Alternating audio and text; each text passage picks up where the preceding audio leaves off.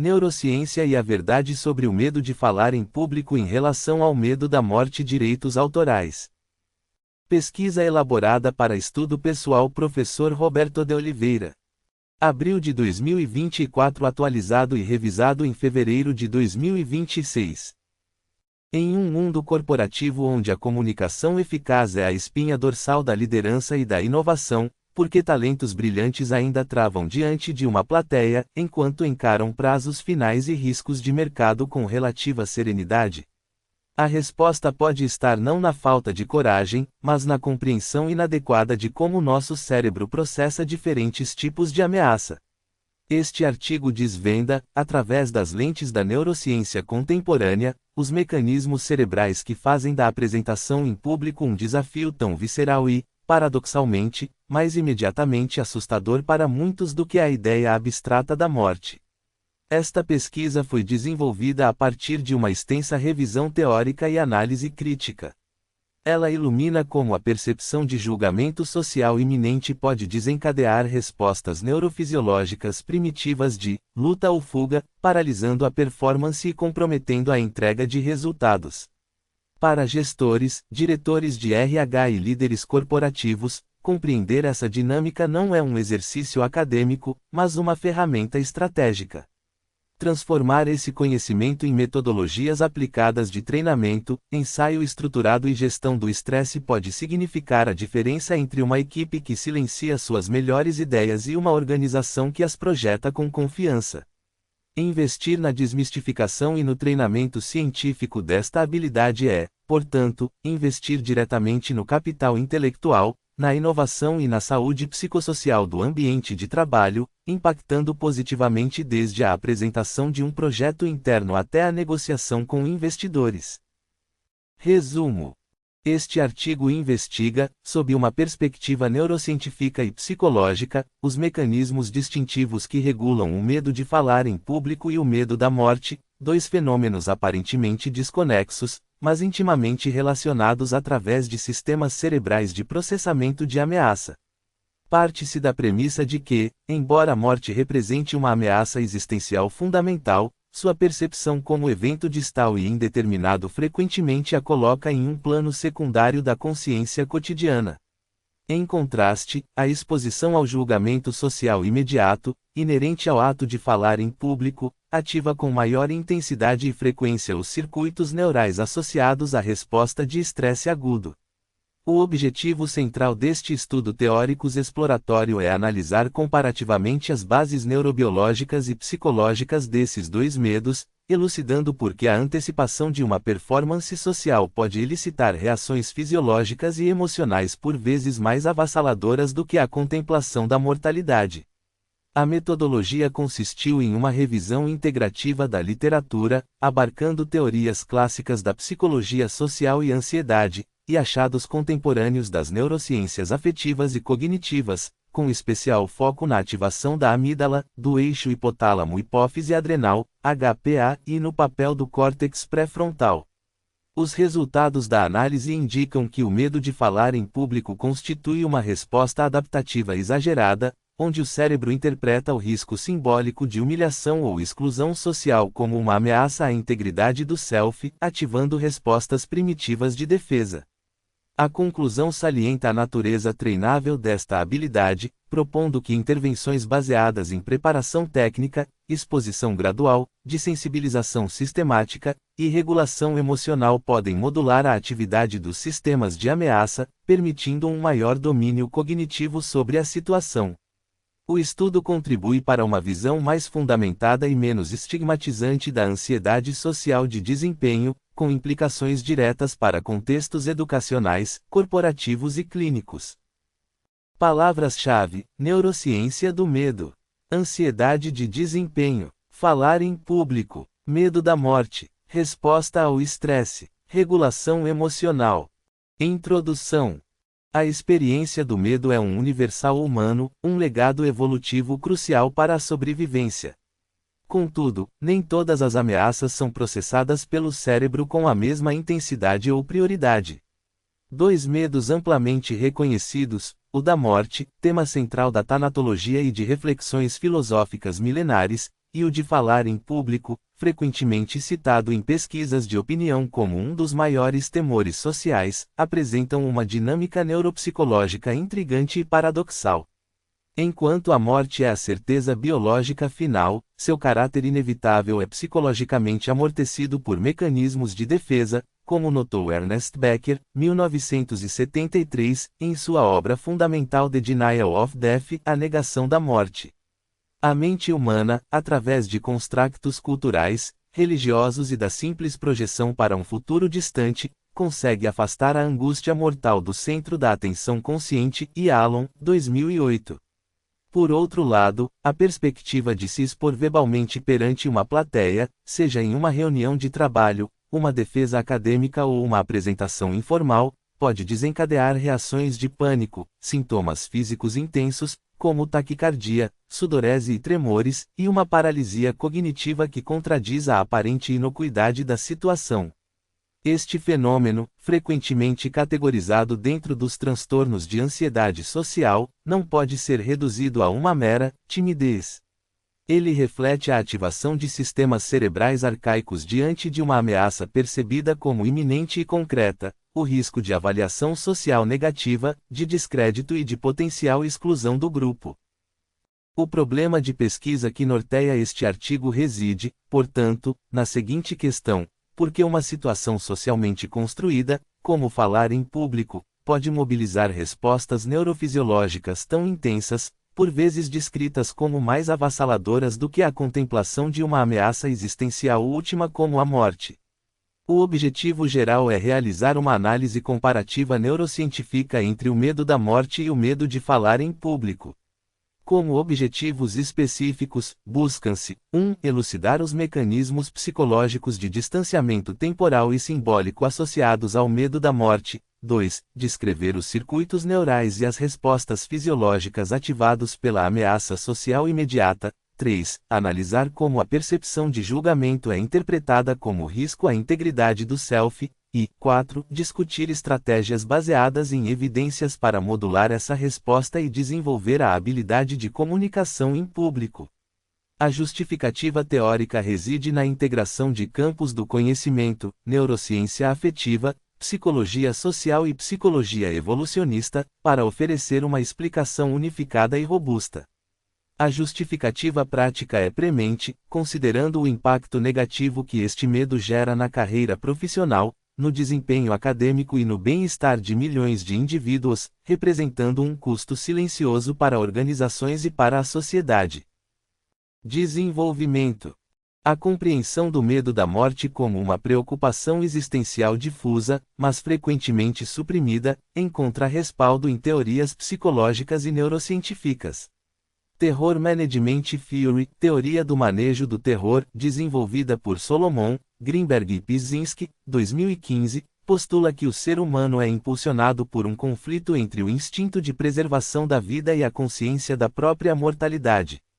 Para manejar a ansiedade decorrente deste conflito, os indivíduos aderem a visões de mundo culturais, cultural worldviews, que conferem significado, valor e uma sensação de permanência simbólica, seja através da religião, da ciência, da nação ou da família. Desta forma, o medo da morte, embora onipresente em um nível profundo, raramente irrompe na consciência de forma crônica e debilitante porque está amortecido por esses sistemas de crenças. Neurocientificamente, estudos de neuroimagem sugerem que a contemplação da própria morte ativa regiões associadas ao processamento de ameaça, como a amígdala, e também áreas ligadas à autorreflexão e à regulação emocional, como o córtex pré-frontal medial, Ren et al., 2010. A ativação deste último parece estar envolvida no esforço de regulação e distanciamento cognitivo da ameaça existencial. Em contraste, a situação de falar em público remove essas camadas de proteção simbólica e impõe uma ameaça direta, no aqui e agora, à autoimagem e ao status social. Do ponto de vista evolucionário, a exclusão do grupo representava, em nosso passado ancestral, um risco concreto à sobrevivência. Assim, circuitos neurais dedicados à detecção de ameaças sociais foram altamente conservados. Quando um indivíduo se coloca no centro das atenções, potencialmente sujeito à avaliação crítica, o cérebro pode interpretar este cenário como análogo a um perigo físico. A amígdala, uma estrutura límbica fundamental para o processamento emocional e da saliência, ou relevância, de estímulos ameaçadores, é rapidamente ativada por sinais de perigo social, Ledoux, 2015. Esta ativação desencadeia uma cascata neuroendocrina via eixo hipotálamo-hipófise adrenal, HPA, resultando na liberação de hormônios como o cortisol e a adrenalina, que preparam o corpo para a ação, lutar, fugir ou congelar, fight, flight, or freeze. É neste ponto que a distinção temporal e de previsibilidade se torna crucial. A morte é um evento de timing incerto. Falar em público é um evento marcado no calendário, com hora para começar. Esta previsibilidade, ao invés de acalmar, pode exacerbar a antecipação ansiosa, mantendo o sistema de ameaça em estado de alerta prolongado. Conforme descrito por Sapolsky, 2004, o estresse psicológico mais prejudicial é frequentemente aquele associado à antecipação de uma ameaça sobre a qual se tem pouco controle, mas que é inevitável. A iminência da exposição social impede o mecanismo de projeção para o futuro distante que opera eficazmente no caso da morte. Outro componente central é a hiperreatividade do Default Mode Network, DMN, ou rede de modo padrão, um conjunto de regiões cerebrais, como o córtex pré-frontal medial e o precuneus, ativas durante repouso e autorreflexão.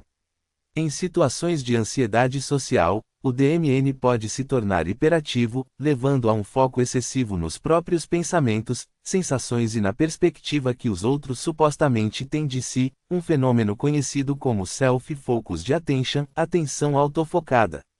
Este processo retroalimenta a ansiedade, criando um ciclo vicioso onde a atenção é desviada do conteúdo da fala e do ambiente para os sinais internos de mal-estar, aumentando a percepção de incompetência e a probabilidade de desempenho abaixo do potencial. Morrison e Heimberg, 2013. A sensação de falta de preparo ou domínio sobre o conteúdo agrava significativamente esta resposta.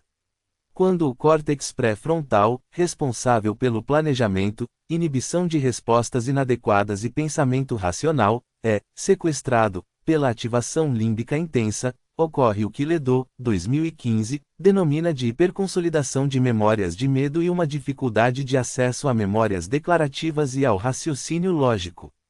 Isto se manifesta como branco mental, bloqueio da fala e discurso desconexo.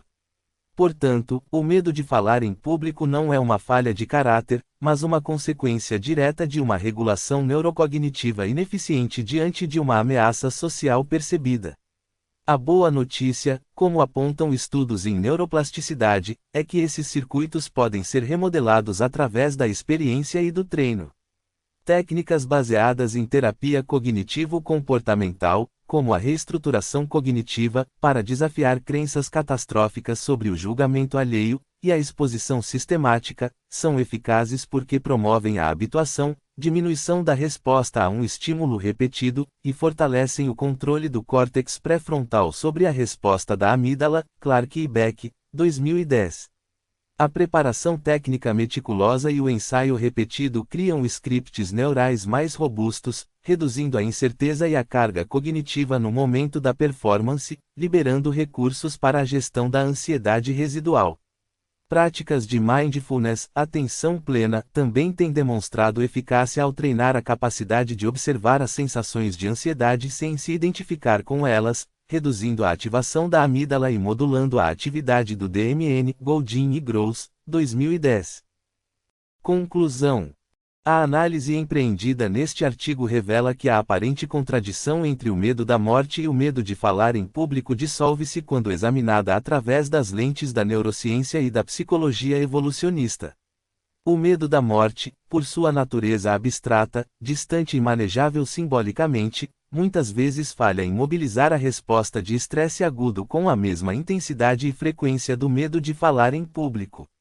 Este último, por ser uma ameaça social imediata, previsível e com alto potencial percebido de dano à identidade e ao pertencimento, ativa com vigor os sistemas cerebrais de alarme primitivo, desencadeando respostas fisiológicas e cognitivas que podem paralisar o indivíduo. Os principais achados corroboram que, 1. A ativação da amígdala e do eixo HPA é mais pronunciada diante de ameaças sociais iminentes. 2. A antecipação e a falta de controle percebido são fatores críticos para a manutenção do estado de alerta. 3. A hiperatividade da rede de modo padrão contribui para um foco excessivo nas próprias falhas percebidas. E, 4. O sequestro do córtex pré-frontal pela resposta emocional intensa explica os bloqueios cognitivos típicos. A significância prática desta compreensão é vasta. Ela despatologiza a experiência comum de ansiedade ao falar em público, reposicionando-a como uma resposta neurobiológica exacerbada, porém modificável. As implicações teóricas reforçam a necessidade de modelos integrativos que considerem a dimensão temporal, a natureza da ameaça, física versus social, e a interação entre sistemas cerebrais automáticos e controlados. Como recomendações aplicadas, propõe-se que programas de desenvolvimento em comunicação, tanto no âmbito educacional quanto corporativo, incorporem explicitamente a educação sobre os mecanismos neurobiológicos da ansiedade, para normalizar a experiência. B. Treinamento em técnicas de preparação e estruturação de conteúdo que reduzam a incerteza. C. Prática de exposição gradual, iniciando em ambientes de baixa ameaça. E D. Exercícios de regulação emocional, como respiração diafragmática e mindfulness, para fortalecer o controle cortical.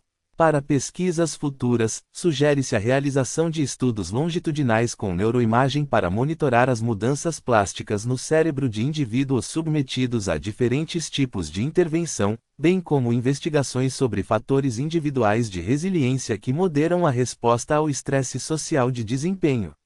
Acesse o site abaixo gratuitamente e verifique sobre textos plagiados. Referências bibliográficas. 1. Becker, E. A Negação da Morte. Tradução de Luiz Carlos do Nascimento Silva. Rio de Janeiro, Record, 2007. 2. Clark, D. A. Beck, A. T. Cognitive Therapy of Anxiety Disorders, Science and Practice. New York, Guilford Press, 2010. 3. Critley, H. D. et al. Activity in the Human Brain Predicting Differential Heart Rate Responses to Emotional Facial Expressions. Neuroimage, V. 24, número 3, p. 751 a 762, 2005. 4. Ising, M. W. Anxiety and Cognition, A Unified Theory. Hove, Psychology Press, 1997. 5. Goldin, P. R. Gross, J. J. Effects of Mindfulness-Based Stress Reduction, MBSR, on Emotion Regulation in Social Anxiety Disorder. Emotion, V. 10, número 1, p. 83 a 91, 2010. 6. Greenberg, J. Solomon, S. Pizinski, T. The Causes and Consequences of a Need for Self-Esteem, a Terror Management Theory. In Baumeister, R. F. ed. Public Self and Private Self. New York, Springer Verlag, 1986. p. 189 a 212. 7. Ren, S. et al. Neural Correlates of Mortality Salience, A Study of Emotional and Cognitive Processing. Psychological Science, V. 21, número 6, p. 819 a 823, 2010. 8. Hoffman, S. G. Cognitive Factors that Maintain Social Anxiety Disorder, A Comprehensive Model and Its Treatment Implications. Cognitive Behavior Therapy, V. 36, número 4, p. 193 a 209, 2007. 9. Kagan, J. Galen's Prophecy, Temperament in Human Nature. New York, Basic Books, 1994. 10. Ledoux, J. E. Anxious, Using the Brain to Understand and Treat Fear and Anxiety.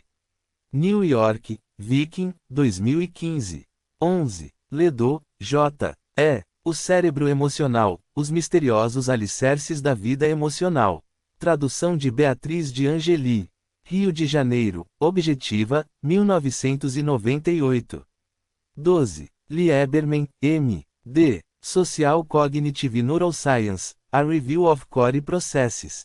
Annual Review of Psychology, v. 58, p. 259 a 289, 2007. 13. McNally, R. J. Mechanic SMS of Exposure Therapy, How Neuroscience Can Improve Psychological Treatments for Anxiety Disorders. Clinical Psychology Review, v. 27, número 6, p. 750 a 759, 2007. 14. Morrison, A. S.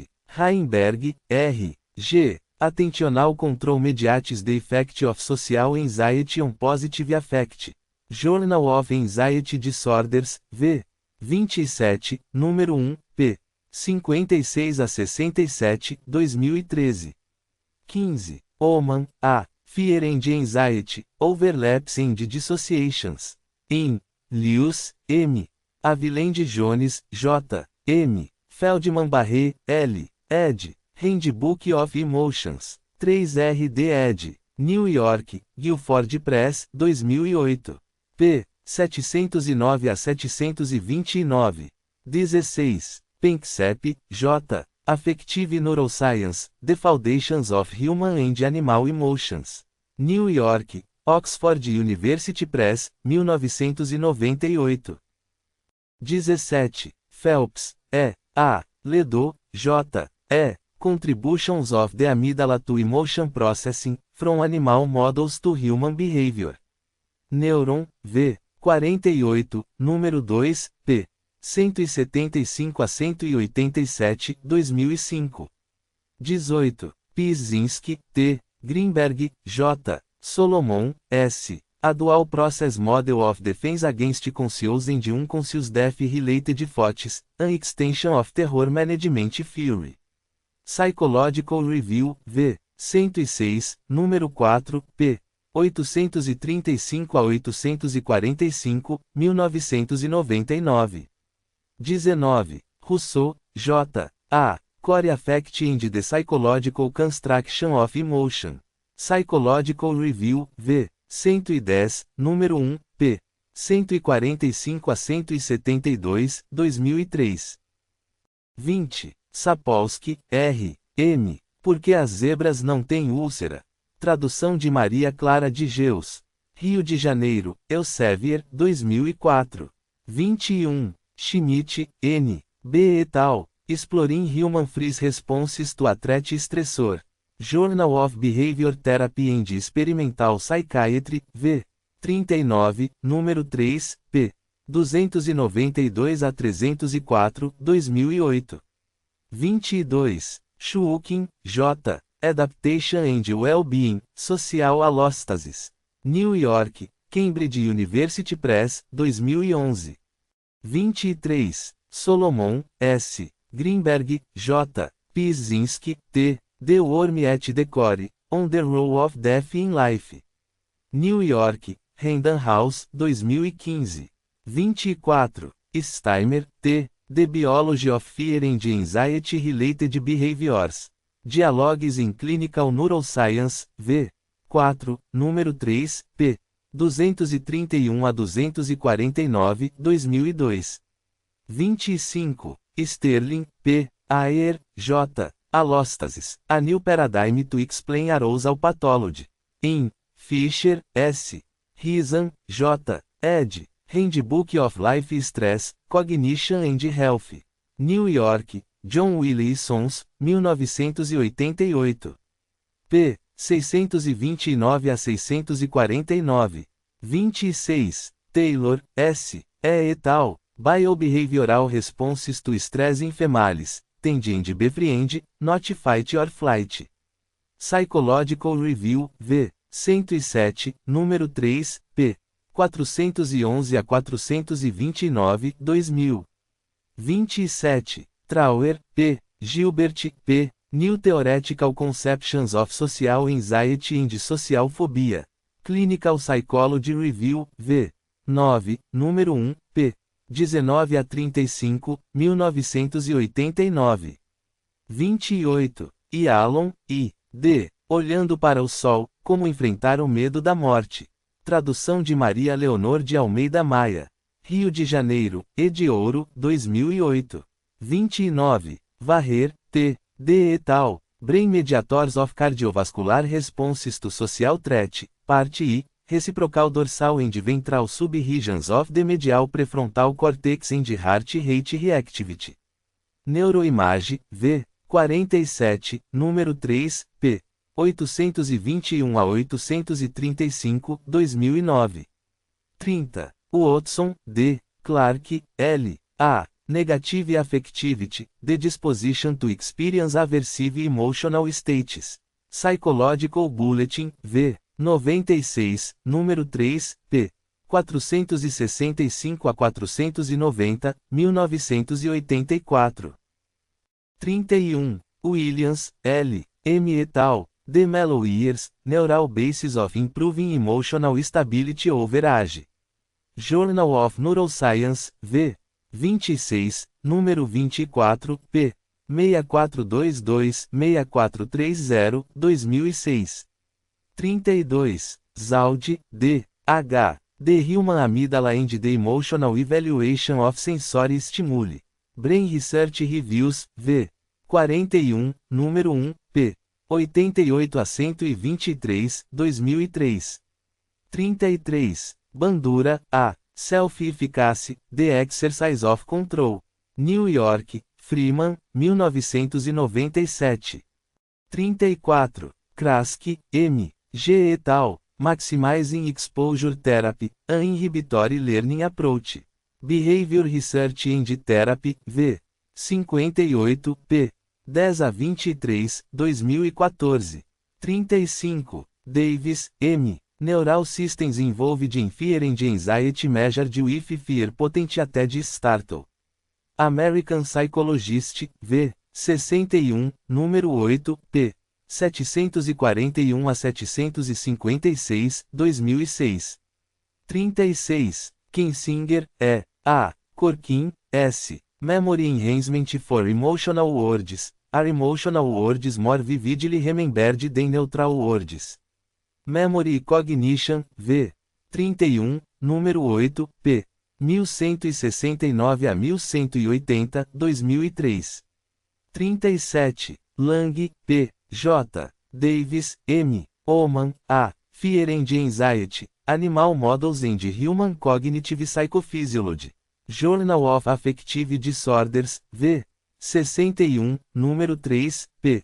137 a 159, 2000. 38. Mineka, S. Zimbarg, R. A Contemporary Learning Theory Perspective on the Etiology of Anxiety Disorders, It's Not What You Thought It Was. American Psychologist, v. 61, número 1, p. 10 a 26, 2006. 39. Nitschke, J. B. et al. Anticipatory Activation in the Amygdala and Anterior Cingulate in Generalized Anxiety Disorder and Prediction of Treatment Response. American Journal of Psychiatry, v. 166, número 3, p. 302 a 310, 2009. 40. Shin, L. M. Liberson, I. The Neurocircuitry of Fear, Stress, and Anxiety Disorders. Neuropsychopharmacology, v. 35, número 1, p. 169 a 191, 2010. Hashtag Estudando como sempre aprendendo como nunca atreva-se, desafie-se, aperfeiçoe-se.